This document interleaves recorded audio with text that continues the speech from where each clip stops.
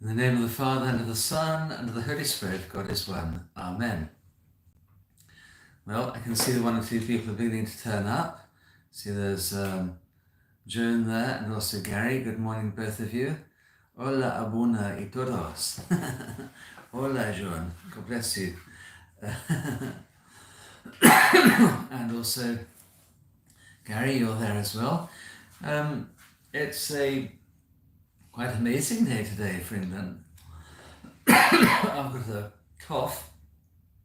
I'm absolutely full of hay fever, and I've got something in my eye. Something went into my eye earlier on today, and it's watering like mad. But there we go. Very annoying, but one thing after another. Hey, never mind. It's actually probably going to be warm up into the 30s. At the moment it's not in the 30s, but this is not going to be long lasting. It's not going to last forever. So right at the moment it's about 22 degrees, which is very pleasant, very nice indeed. Nice change for us all. But with rain and things offered later on. Now today I am not going, if you look at the title, you'll see it says 10 at 10 special. It does not say Acts chapter 15, blah, blah, blah, but special instead. So the intention of this is to catch up on quite a number of the questions I have been asked over the last little while, but particularly to look at quite a bevy of questions that I've had either by email or people have sent to me on this or by text or other ways, asking me mainly questions about what do you do when you first become Orthodox, or if you're wanting to become Orthodox. So I thought I'd just go through some of the answers to that question bit by bit, and then we might see how far we get. Might do another one similar to it later on, or if other people want other questions answered, we can go off and Bev, I've just seen what you wrote. Bev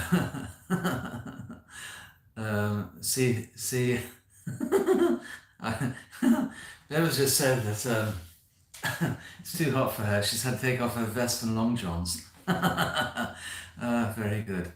Anyway, we'll see how we get on. Okay, so we have got Penelope as well. Good morning, and Natalia, and to you, and G, I know who that is. Bev and Joan, pray for Layla. It's been diagnosed with cancer. Lord have mercy upon her. Okay, we will do that. And Stefan von Heinrich, greetings, Father. May God bless you. Thank you very much. May He bless you in return. Ahmed, hope you don't mind an older believer get crashing. Good morning to Frank as well. Frank, also known as George. Yeah, so here we go. I think the first thing to say about, I said new Christians. I prefer that to the word converts. Everybody in some way is a convert, and every day each of us needs to come back towards Christ. So being a revert is a good idea.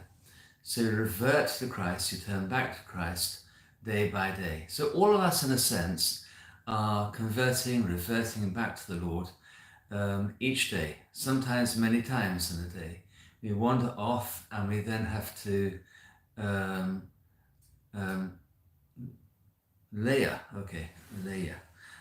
we then have to turn back towards the Lord. Okay?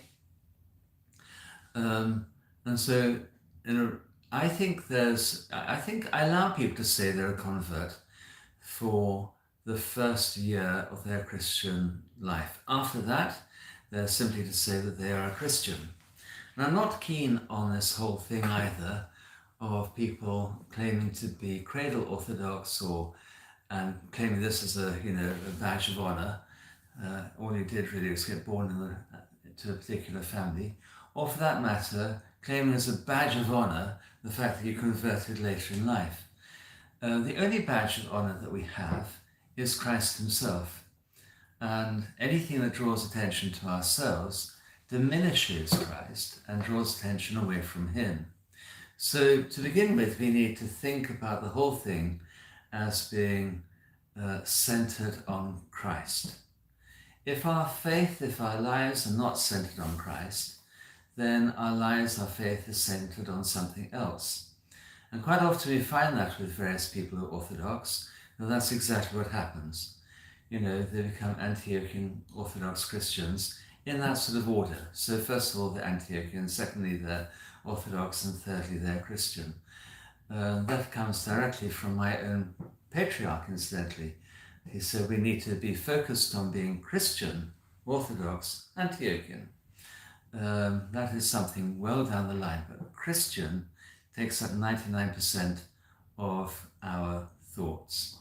Okay? That's most of our worry. The second thing to say is that Orthodox Christianity, Christianity as a whole, is not a sprint. The gun doesn't go and then 11 seconds or less later you arrive at your goal. It is a lifelong marathon. So you need to pace yourself sensibly in it. You remember the parable of the Lord, people who spring up, they accept with joy, but they haven't put down any root, and their faith dries up. There are an awful lot of people who tell me they wish to become Orthodox, and because I keep them waiting a little while before we even begin a catechumenate, they fade into the background, disappear, and don't come back. There's a bit of a joke in our congregation here that if somebody comes and tells me that they really are convinced that the Orthodox way is the right way, and they really want to become Orthodox, and they're longing to become Orthodox, and they're hoping to become Orthodox, and how quickly can they become Orthodox, then I usually write down in my diary that I'll never see them again. And unfortunately, that is often the case. We have to think about things as being a very long marathon. People try and think, okay, any day the Lord might come. True, he might. But they were thinking that 1,000 years ago. They were thinking that 1,500 years ago. They were thinking that 1,900 years ago. And he didn't. And we must, at the moment, think any day the Lord might come, and therefore prepare ourselves for his imminent coming, but also at the same time prepare ourselves to live a long life of dedication to the Lord. Just think about those apostles. Some barely made it out of the starting blocks, like St. Stephen, martyred very early on. And others, like St. John the Evangelist, had to carry on decade after decade after decade after decade, possibly for 7 decades, before finally he was able to lay down his weary bones and die and see the Lord again. The same is true for us. So not a sprint, it's a marathon. And we set off, and just like any other marathon, any sprint or any other race, we need training, and we need care, and we need other people to direct us and help us. So, if it was going to be a race, you'd have other people around you that would help you do that. You'd have trainers, you'd have advisors, you'd have sports coaches, you'd have the right equipment, you'd have the right clothing. You'd have people, you'd have education in how to do this. And the same is true about Christianity. We don't come fully formed as Christians. If we did, then babies of 40 days old would be able to explain to us the entire mysteries of Christ. Actually, maybe they can. But for most of us, it is a lifetime of study, work, thought, prayer, fasting, almsgiving, and all those other things that we should do before we come even anywhere near an understanding. So take your time. There's absolutely no hurry. People are eager for some sort of spiritual thing. They think, if only I am ordained bishop now, then I will understand all these things and Jesus will answer all my prayers and all will be right with the world. Well, less than 1 in 1,000 of us are going to become a bishop. And so you don't need to be a bishop in order to do those things. But the same is true about everything else. People are over eager to be chrismated or to be baptized. People are over eager to have all sorts of other things. You know, people rush off, they become Orthodox and they rush off to the monasteries and they grab their gomboskini in no time at all. They're saying 1,000 Jesus prayers every day and wondering why it is they feel sick the entire time. This is because, just like everything else, you need to take your time and pace it properly. In the same way as you don't eat all the food you need in a year in one sitting, then you don't do all the spiritual things you need to do in 1 year or one lifetime in one afternoon. You pace it, you do it sensibly, you rest in between whiles, you let the things sink in, and so on. It's rather like, you wouldn't want to be anointed with oil, sacred oil, every 10 seconds in no time at all. You'll be dripping with oil. You're anointed with oil when you need it. You allow it to sink in. You allow the grace actually come into you. Okay? Trying to sprint through it all often makes you feel burnt out. Yeah, it would do. And you know all about sprinting. Another thing that's pretty important to do is to keep your mouth shut. The number of times I have heard people brand new to Christianity spouting off about all sorts of things that actually they probably know nothing about. And they've learned all sorts of in-words, and those in-words are things that most Orthodox have never heard of before. And actually, most saints have never heard of before. There was a particular in-word last year and the year before, which I'm not going to say now because you'll only upset people. But these in-words, I'm part of the group that actually has a proper Orthodox understanding because I know this particular word, thus showing that they didn't know the meaning of the word. So keep your mouth shut. Use your ears and your eyes and your nose and your senses to absorb and absorb and absorb and absorb. Try not to teach before you know anything.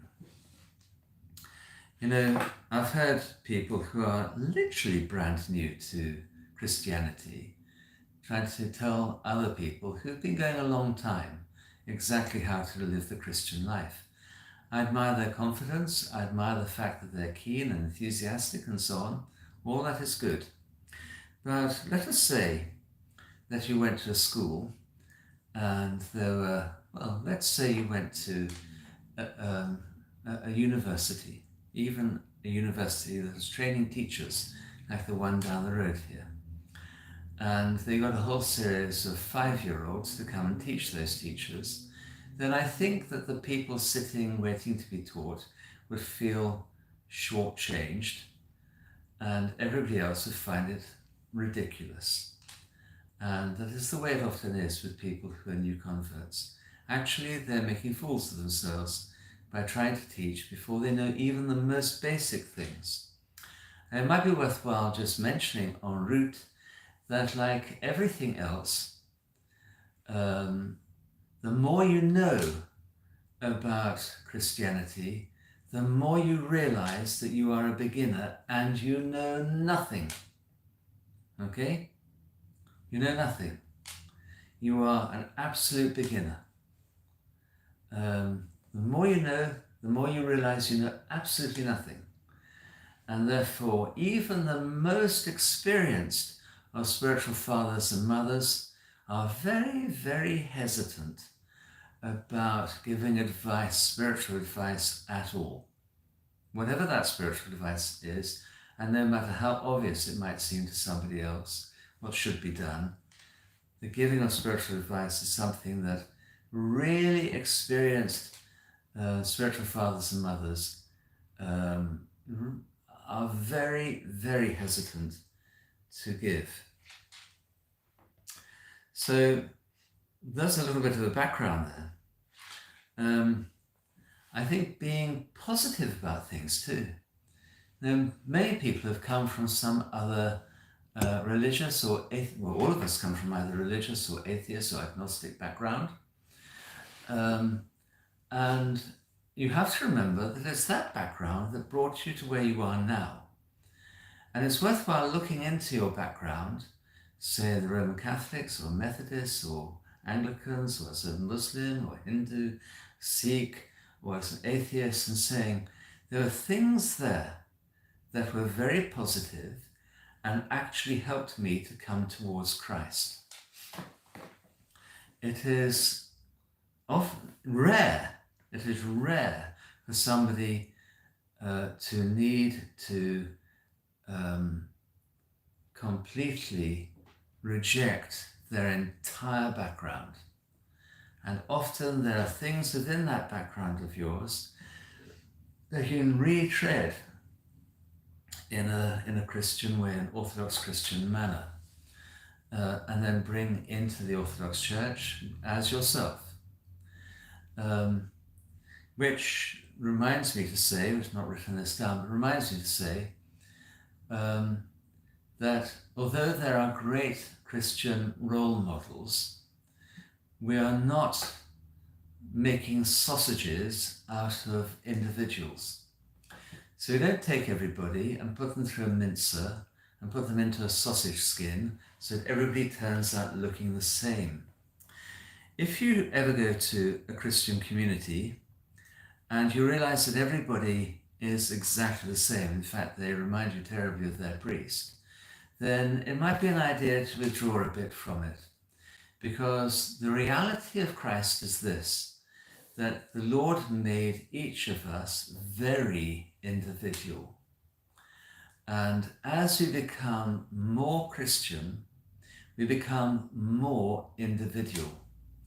That's why it is that if you go to an Orthodox church, you'll often find it filled with extremely eccentric people. Because these are people who are not following the general herd.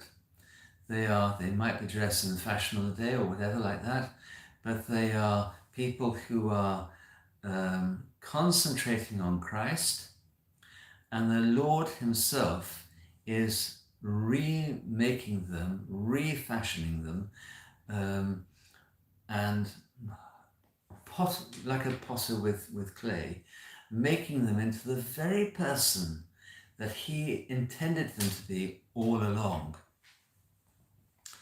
And that's important. And it may well be that, you start off in some sort of interesting background, like you are English, or Greek, or you're Irish, or you are, from Papua New Guinea or somewhere. And the Lord will take all of those things, and it's no accident that you have this past in you, and he'll Christianize that. He'll make that come to fruition within you. Maybe you've got some particular interest or ability or something like this. It might be, in my case, I was always very interested in natural history, plants and animals and stuff, and ecology, the scientific study of ecology, that is, rather than what passes for ecology nowadays. And that, I think, is something that helped me really come closer to Christ. And other people have other gifts. They have artistic skills. They have musical skills. They have literacy skills. They have sportive skills. They have gardening skills. They have agricultural abilities. They have organizational abilities. They have mathematical abilities. They have other scientific abilities. They have abilities just to love other people. There's no just there, by the way. They have abilities to love other people. These are things that the Lord has given, and offered to Christ, so you offer them to Christ, they are taken up into heaven, as it were, water, and he returns to you as wine. Okay? And the same thing, same stone pots, but they went up as water and they came back to you as wine. So your flowering arranging ability becomes something that is accepted on the altar of heaven. Your dog training ability is something that can be accepted on the altar of heaven. Your teaching ability is sent up as water and returned to you as wine. And your ability to love rises up into the heaven and returns to you as that self-sacrificing love that genuinely puts other people first, rather than that sort of love where everybody being loved is trying to make their escape. We know people like that. Okay? Wondering whether we've said enough? 20 minutes, maybe we'll carry on for a few more minutes. It's also very important to get to know somebody who is a sensitive and sensible priest, who needs to get to know you. Now, I am a sort of priest-monk. I'm also parish priest.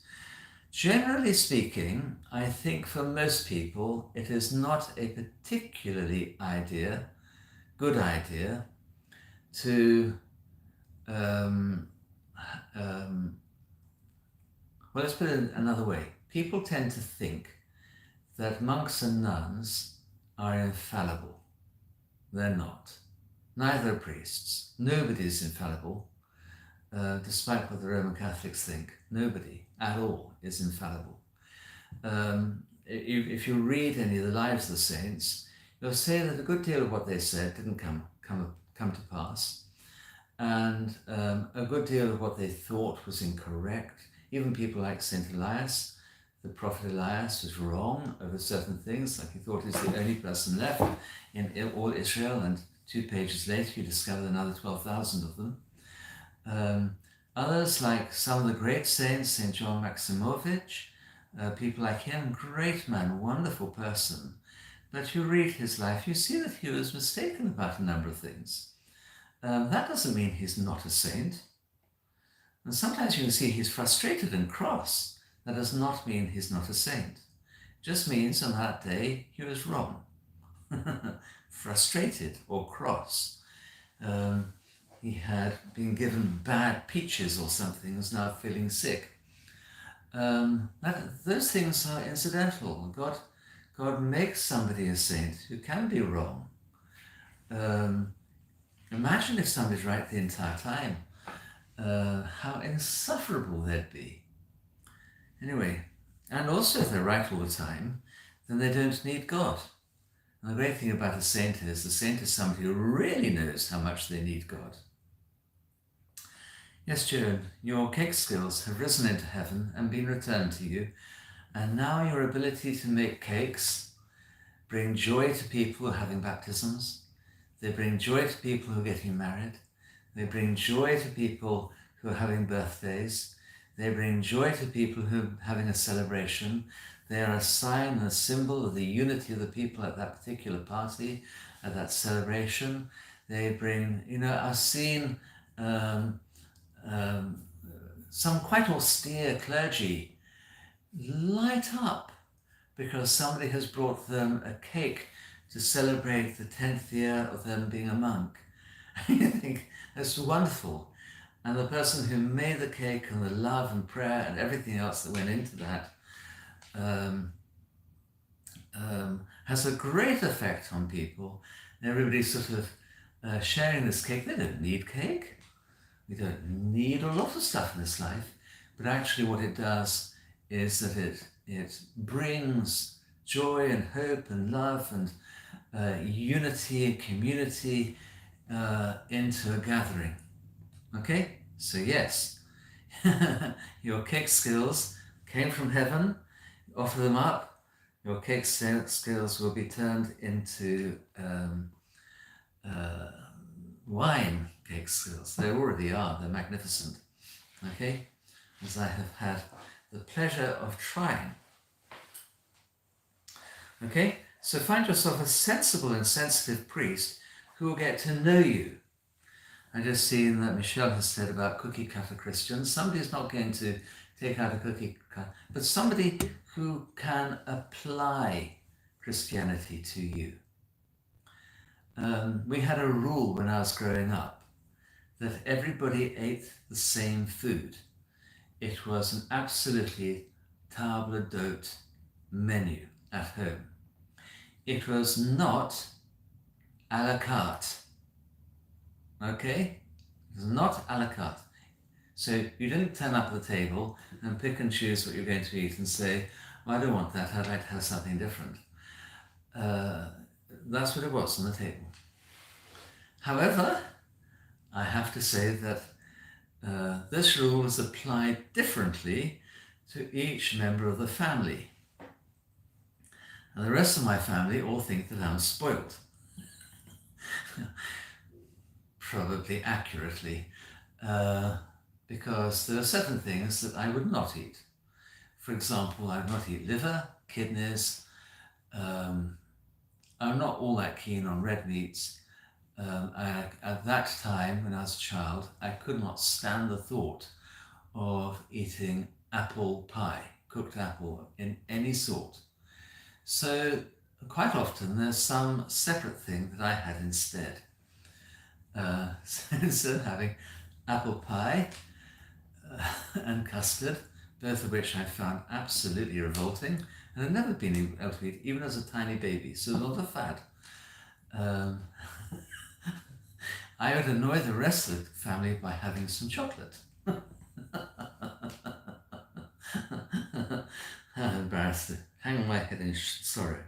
But that is the sort of thing the good spiritual father will do.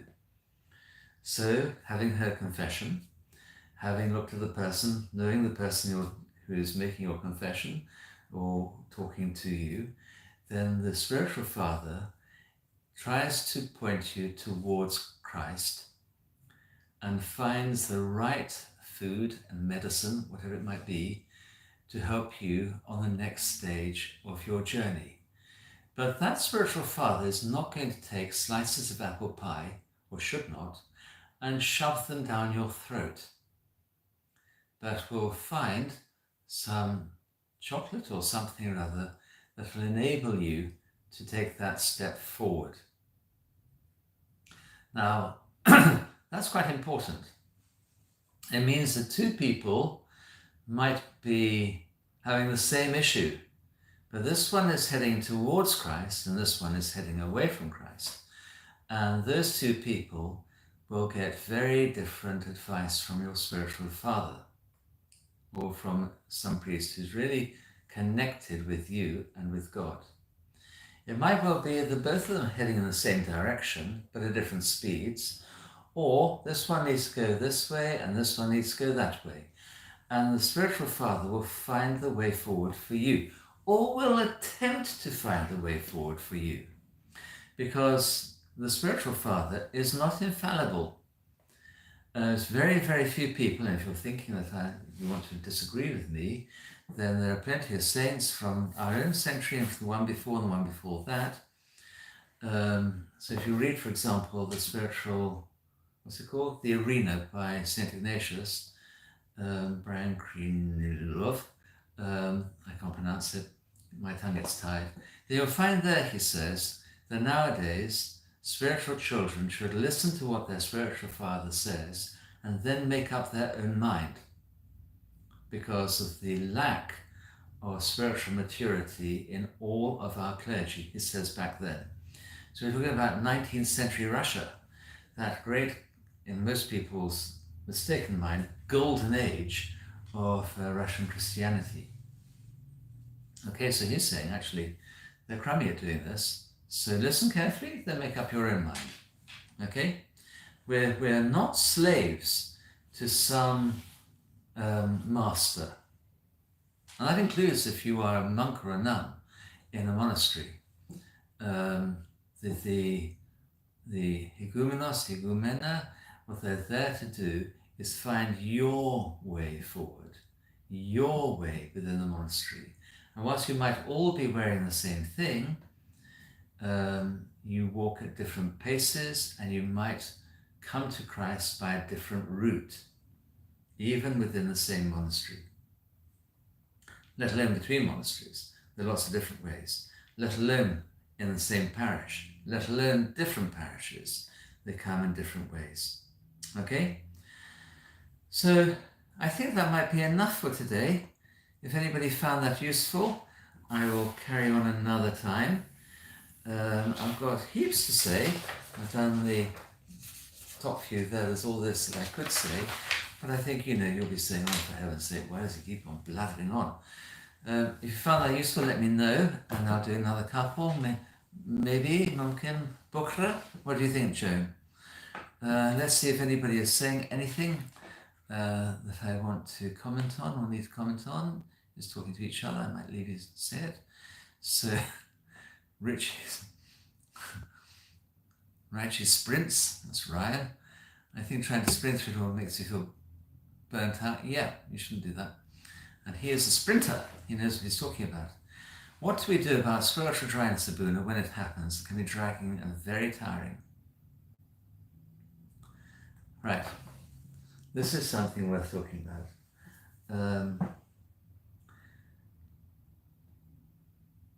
The Church Fathers say about spiritual dryness a couple of things. Number one, go back to basics. A lot of people feel very dry when they've been doing all sorts of spiritually sort of things, like reading complicated saint stories and huge advice from great spiritual athletes. Well, let's compare Ryan and I. He sprints. I can barely make it to the door. His sort of exercise, my sort of exercise is very different. What's appropriate for him is not appropriate for me. He can go jumping around the place like a bunny rabbit, and I have to watch out, otherwise I'll break my legs. Okay? So go back to basics. Let us say that I wanted to sprint. I wanted to run a marathon. I would need to go back to the very most basic things, start by walking. And in our case, when spiritual dryness comes, it's usually because we're not paying proper attention to the Holy Gospels. Start again. Open up the Gospel of Mark. It's nice and short. It's easy to get through. It's very simply written in whatever language you're going to read it in. And you read that and you accompany the Lord through Judea and Galilee and other places to the cross and the resurrection. And you concentrate your mind again and again and again on the Lord. What is he saying? Is he saying that to me? How can I appropriate that for myself? How can I put that into my life? Am I falling in love with him over and over again, as you should be? That's really what Christianity is about. It's about falling in love with Christ. And he's already in love with you. And just letting that whole thing sink into you. And our prayer is about whispering sweet nothings on the pillow of our desire into his ear, as he does the same with us. There's nothing much to say. And that love affair allows you to live for him, allows you to die for him. It means you have no difficulty, just being with him. That's what you want to do. Our long prayers and other things are not there to make us tired. They're there because actually, I see boys and girls wandering past this place here, hand in hand, and they're chatting to each other all the time, smiling and laughing and showing off and all that sort of stuff. And it's that sort of relationship building because they are falling in love with each other. You don't need to say, you must fall in love with your boyfriend. She has no trouble doing that. She's done it already. You must fall in love with your wife. He has no trouble in that. He's done it already. There's another thing, though, and that is that after a while, if you're married to somebody, you get tired of them because you get used to them. And that's because you're not actually falling in love day after day after day. And finding new things about them, finding new things in yourself, offering yourself anew to that other person day by day, really giving yourself to that person, sacrificing yourself to that person, because you're in love with them, because you love them. So that's the sort of thing to think about there. So in our dryness, we offer that to Christ. Second thing is that the church fathers say that when prayer is dry, and yet you do it anyway, that is when you are really praying. Now think about it again. You know, it's like that old English saying, a friend in need is a friend indeed. When actually it's a blooming nuisance to go and help your friend do something because they really need you. They're not going to play with cake and tea, but actually they're going to ask you to paint their front room because they need it painted, because, I don't know, they're having to move into it because they no longer get upstairs and they need it as a bedroom. Then that is a chore. It's hard work. It's a blooming nuisance. You get covered in paint. You don't like it. It stinks. And if you like me, it gives you a headache. But actually that act of painting that front room is a really strong act of love, whereas sitting there and eating their cake and drinking their tears is not.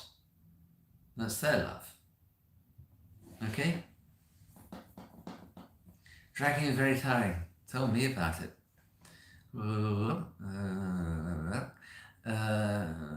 Even St. Paul did not stunt. No, he did not. St. Paul, Matthias says, even St. Paul did not jump straight into teaching others. Following his conversion, he disappeared off to Arabia, which is southern Syria, and he spent 12 years there, he says. Father Nathaniel says, what? Oh, we're not cookie cut. Yeah, that is the truth. Frank says, does theology play an important part in one's coming closer and knowing more? Don't worry, I know very little of Christ's message. None of us know very much about Christ's message, even those people who dignify themselves by calling themselves theologians are only just sniffing the ice cream, not even coming close to licking it. The more we know about Christ, the more we realize we don't know anything. The more we know about theology, the more we realize we don't know anything. There's a big argument back in the day about whether you could know God or whether you just had to know about God. And the Orthodox Church eventually came to the decision that you could know God. And the spiritual life was about knowing God. Now, I know Frank. I know him quite well. I don't know him intimately, but I'm not sure that anybody else on this list here today knows Frank. I could tell you lots of things about Frank, and then you think, oh, I know that and that and that and that and that about Frank. I could even tell you where he lives and what he does and what he used to do and all the rest of it, and about some of his skills and abilities and all that sort of stuff. And you think, I know a lot about Frank. But until you've shaken hands with Frank, you don't know him. And only at that point do you know him. And I have the pleasure of knowing Frank. And that is a very big difference. And the same is true about God. We can know an awful lot about God, but not know God at all. Like Satan. Satan knows an awful lot about God. In fact, is absolutely orthodox in his understanding about God. Knows God better than any human theologian has ever known God, but does not know God at all, and Christ does not, as it were, know him, in that sense of being intimately bound to him. Okay? So there we go. G, God bless you. Matthias says, something about true obedience being much deeper than just superficial following orders. Yeah. Michelle, enjoyed this, good. Find this helpful, good. Do you want me to carry on? Penelope says, blather away, please. I'm always blathering on. I need to have somebody else sent. Maybe Brother Matthew ought to be here with a large cork, and every now and again just open my mouth and shove the cork in and say, enough. You said your 3,000 words today, now shut up. Joan, thank you. Okay, Bukra, okay. Frank, it's my pleasure. Mariana, good morning, God bless you. I hope you're enjoying yourself in Romania. Hope that goes well. Right, well, maybe in that case, what is today, Tuesday? Maybe Tuesday, Wednesday, Thursday, we'll have, like, for New Christians 1, New Christians 2, and like Jaws 3, we'll have New Christians 3. Okay, and we'll see how we get on. If you liked it, if you found it helpful, do a thumbs up. You might like to share it with other people if that's what you do, and we'll have another go tomorrow, and even Bada Bukra Mumkin. Okay, and then next week, God wanting this to happen, we shall go back to normal Bible study. I ain't got an awful lot. Yeah, I've got plenty more to say tomorrow, the next day. All right, I'd like you please pray for Leah, particularly. Pray also for Gabby, who's a member of this congregation. We prayed for her in the past, and for her son, she's completely mute at the moment. She's had a bit taken off her tongue. So it's very, very sore. So we pray for her. For Nicoletta, who's asked for our prayers. And it's Gabby's brother, who is Nicholas, who's very poorly. And please carry on praying for Daniel, who does seem to be making something of, it seems to be a miracle. And pray for them.